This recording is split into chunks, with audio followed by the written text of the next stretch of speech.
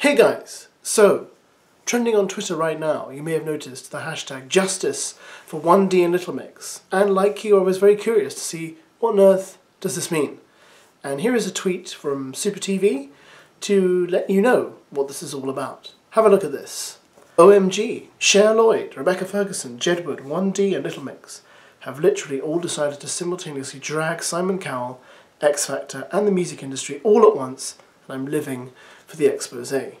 Well, that's pretty interesting, eh? So what I'm going to do, I'm going to play you the latest TikTok from Cher Lloyd, in which you can blatantly see she is making a very clear point in the rendition of this song, one of her hits. And here we go, have a look at this. She was only 17 when... How could I be so naive? They sold me the dream just to exploit me, yeah. Said, darling, darling, you go far if you shake that ass and date a star. And if the record's taken off, we'll take the money. Now, if you follow the thread on Twitter about Cher Lloyd, you'll see that people have posted lots of clips of her, quite recent clips of her, talking about how she really didn't enjoy her time under Modest Management, run by Simon Cowell, and on Syco Records, run by Simon Cowell. You can see where the dragging of Simon Cowell is coming in here. And that she was forced to wear clothes she didn't want to wear, do things she didn't want to do, etc, etc. So it's that story we've heard many times before, where a young person comes to the music industry and is manipulated. And basically what people are saying is that all these stars who came in via the X Factor and were signed under his management, signed his record label, were all manipulated and were all treated in a particularly difficult and brutal way, so that the managers could extort money from them in order to gain for their own personal benefit. Now what's really interesting is that out of all these stars, Jedward have seemed to emerge the heroes. They've put up a series of tweets that are really quite damning. So let's have a look at all these tweets they put up. There's 7 of them. Let's have a look at them, shall we? And see if you know what I mean by reading these with me. Here we go. The biggest regret in life was not telling the judges on X Factor to F off. Every contestant on the X Factor was a slave to the show and got paid 0 while they made millions. The fact that every contestant has to act like their judge mentors them, when in reality, all they care about is their paycheck.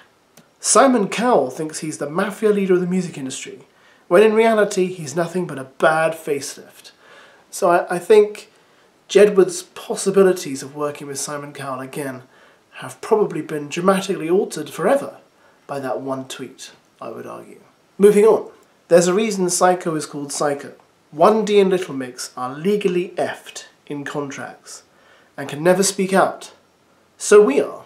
There's nothing modest about their previous management dictating their every move from relationships to how they live their own lives. Justice for 1D and littlemix. We have 1D's contract, which was sent to us by mistake, because we had the same label, same management, same security, and accountants. I mean, that really is careless to send Jedward 1D's contract, but hey, they've got it, so they know exactly what they signed up for, I guess, and they're saying it wasn't very good.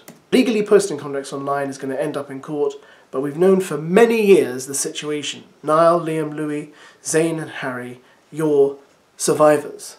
So there we go.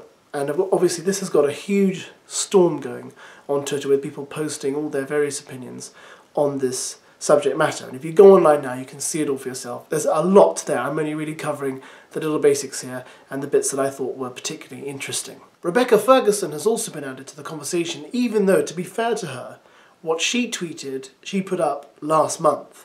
But let's have a look at what she put up anyway.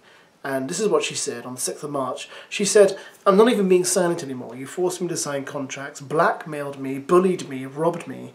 I'm not even being scared anymore. I have looked back and I'm disgusted in how you all treated an innocent young woman who just wanted to sing. Shame on you." She goes on, "Up until 3 years ago, my music was blocked in the US because I offended a music boss. What type of man would bully a young innocent girl? I had to request for the ban to be lifted." That does sound incredibly petty. Now I'll be honest guys, I'm in two minds about this, because are there bigger problems in life? Yes. Are there more important things going on in the news, Yazz? Yes, most definitely there are. But this is a point of interest. It's popular culture. And I guess people have been waiting a long time to kind of drag these X Factor people for all the terrible stuff they've done. And to be honest with you, I never liked the show. I've never liked X Factor. I don't really like those talent shows. I find them really annoying and irritating and vacuous and vapid and all those other words that begin with the. But it is interesting because you see the same patterns again and again, because this has all happened in the past with loads of other artists dating back as far as the 60s, 50s, etc. And that is that young people get signed by these older people who represent these companies. And of course they know when they sign these young people, well, these young people don't have lawyers. They don't have much money. They don't have legal representation. So when you put a contract in front of them, they tend to just sign it and say, yeah, sounds great. I guess I'll be famous. It'll be really fun. It's only later on down the line that they realise of the restrictions that the contracts put them in. And that's the sad thing here, that they shove you in these horrible restrictions and you're kind of stuck in a contract and you can't get out for years. And then when you finally get out, you're too exhausted to bother complaining about it. You just want to move on with your life.